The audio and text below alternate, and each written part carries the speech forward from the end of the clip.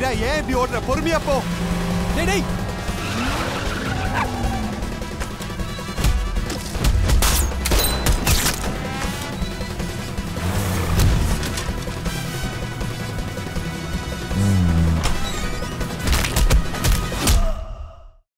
வணக்கம்.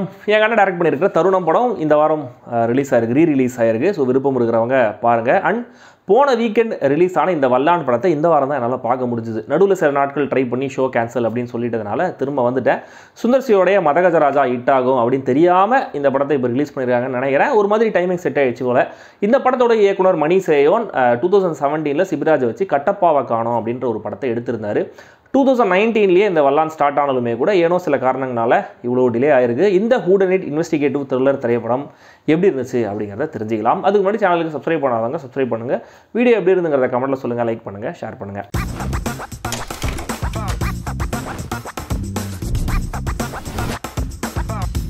வல்லான் ஒரு பெரிய பாஸ்டருடைய மருமகன் கொடூரமான முறையில் கொலை செய்யப்படுறாரு. அந்த கொலையை யார் செஞ்சது அப்படின்னு கண்டுபிடிக்க போலீஸுக்கு ப்ரெஷர் ஏறிக்கிட்டே போகுது. ஆல்ரெடி விசாரணை பண்ணிட்டு இருக்கிற ஒரு போலீஸ் கொஞ்சம் கரப்டடாக தெரியுறாரு. அவருக்கு வேற சில மோட்டிவ்ஸும் இருக்கிற மாதிரி தெரியுது. கமிஷனர் இந்த கேஸை சுந்தர்சி கிட்ட கொடுத்து விசாரிக்க சொல்றாரு. சுந்தர்சி ஆல்ரெடி ஒரு பனிஷ்மெண்ட்டாக சஸ்பெண்ட் ஆன போலீஸ் அதிகாரி, ஆனால் ரொம்ப சின்சியரான அதிகாரி. அவர் இந்த கேஸை விசாரணை பண்ணுறாரு. அவருக்கு இதில் ஒரு பர்சனல் மோட்டிவும் இருக்கு. அவர் கண்டுபிடிச்ச விஷயங்கள் என்னென்ன, அவருடைய பர்சனல் மோட்டிவ் என்ன, அதுக்கும் இந்த கொலைக்கும் என்ன சம்பந்தம், இதெல்லாம் தான் இந்த வல்லான்.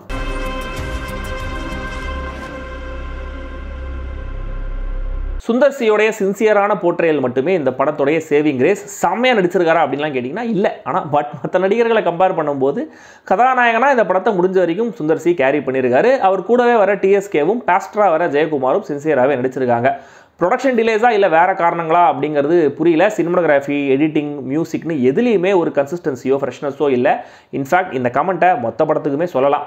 ஒரு இன்வெஸ்டிகேட்டிவ் த்ரில்லருக்கான அடிப்படை சம்பவங்கள், கேரக்டர்ஸ், யாரும் எதிர்பார்க்காத ட்விஸ்ட்டுன்னு எல்லாத்தையுமே ஆன் பேப்பர் இயக்குனர் சரியாகவே பண்ணியிருக்கிற மாதிரி தான் தெரியுது. அண்ட் கிளைமேக்ஸ் ட்விஸ்ட்டு கூட ஸ்டேஜ் பண்ணப்பட்ட விதம் சுமாராக இருந்தாலும் அந்த ட்விஸ்ட் எதிர்பார்க்காத ஒரு ட்விஸ்ட் மாதிரி தான் இருந்துச்சு. அண்ட் முதல்ல கோர் கதைக்கு சம்மந்தமே இல்லாத மாதிரி ஒரு சம்பவத்தை காட்டுறது, அதுக்கப்புறம் சஸ்பீஷியஸான சில சூழல்கள், கேரக்டர்ஸ்னு நம்ம இன்ட்ரெஸ்ட்டை ஹோல்ட் பண்ண நிறைய ட்ரை பண்ணியிருக்காங்க. அந்த முயற்சிக்கு வேணா பாராட்டுகளை சொல்லலாமே தவிர மேலோட்டமான இந்த விஷயங்களை தாண்டி படம் பெரிய டிசப்பாயின்மெண்ட்டாகவே இருக்கு. டெக்னிக்கலாக மேக்கிங்லையும் அடிப்படையான ஸ்டேஜிங்லையுமே அமைச்சூர்த்தனம் படத்தில் தெரியுது. இது படத்தை கடைசி வரைக்கும் பாதிக்கிற ஒரு முக்கியமான ஃபேக்டர்.